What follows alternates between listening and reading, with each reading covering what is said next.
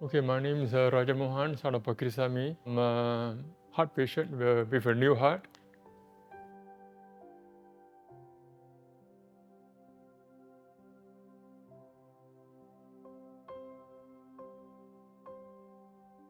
I was in and out of hospital because always my leg got bloated. So I have to go to hospital to take the tablet to flush up the water.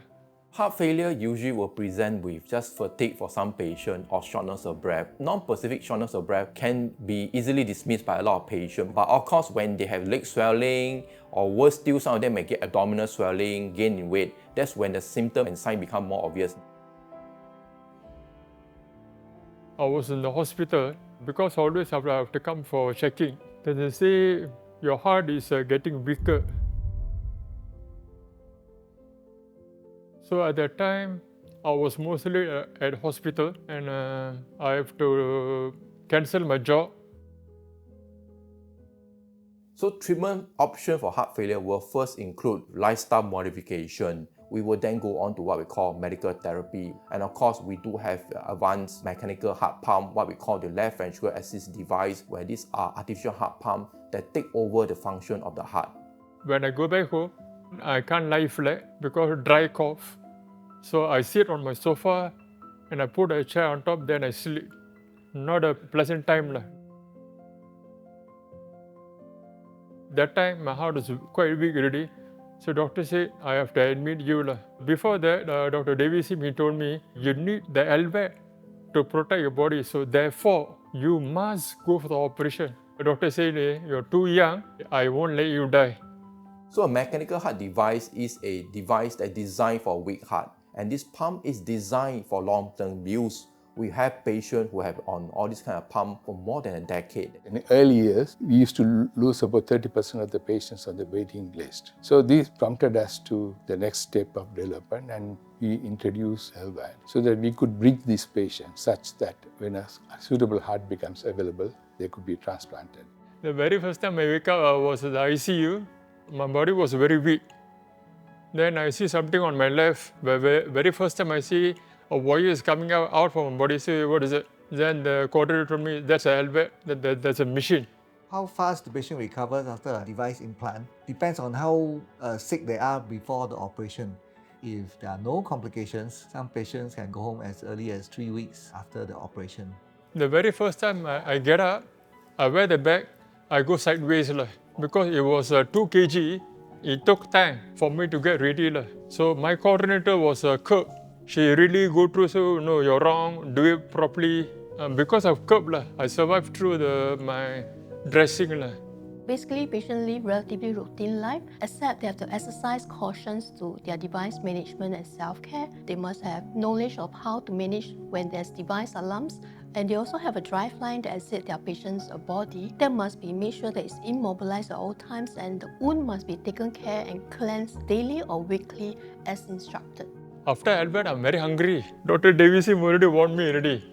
Mohan, after the operation, you will get very hungry, so watch your diet. I eat everything I can.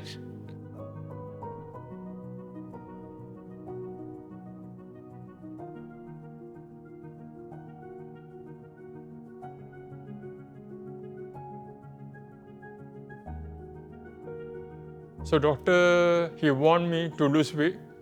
I was 115 . A lot of times, donor patients who are really overweight, they seldom have a healthy heart. If after the LVAD, the patient puts on too much weight, we have to tell them, you got to do something about your weight, otherwise you will never find a donor. So I lose 30 kg.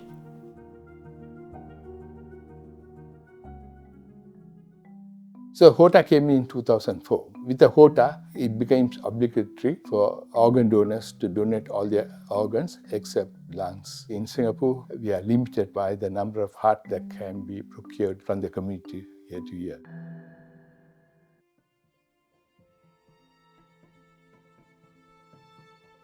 How long were you waiting for heart transplant?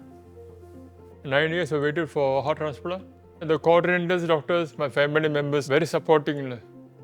So we also have medical social workers on board to provide counseling sessions. We provide parallel teaching. So whatever patient knows, the caregivers must also know. We also have peer support to share with them whatever strategies that other patients have experienced. My mother, she's the one who worried most, and she's the one with me all the stages and until now.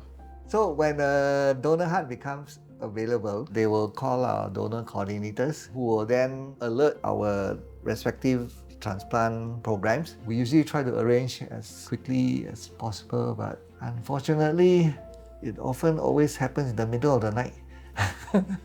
First time they called me, they say I should wait for a while. Then I went to the hospital. Then after that, I wake up. The new heart. Yeah, with the new heart at the ICU. We have multidisciplinary team to help the patient in their post-operative phase. So the lifestyle adaptation following heart transplant is they must follow a very strict immunosuppressants regime. They must make sure they come for a regular clinic follow-up as well as some routine blood tests. Listen to your coordinator and doctors. That's the most important thing. Because without them, I won't be here. If I'm stubborn, if I never listen to my coordinator or my doctor, who's getting the worst is myself. Helping them from how they were really sick to how they have managed to survive post-LVAD implantation, waiting for a heart to a heart transplant. It really gives us the greatest achievement in the sense that it's a new lease of life given to the patient as well as their family. Transplant is a gift. As we see a patient a new lease of life, we understand that somebody actually give up their life. We all work very hard for them to have a long, fruitful life. So please do go on and live your life. Thank you to the coordinators, the doctors, the physiotherapists. I really gratitude to the Heart Center team.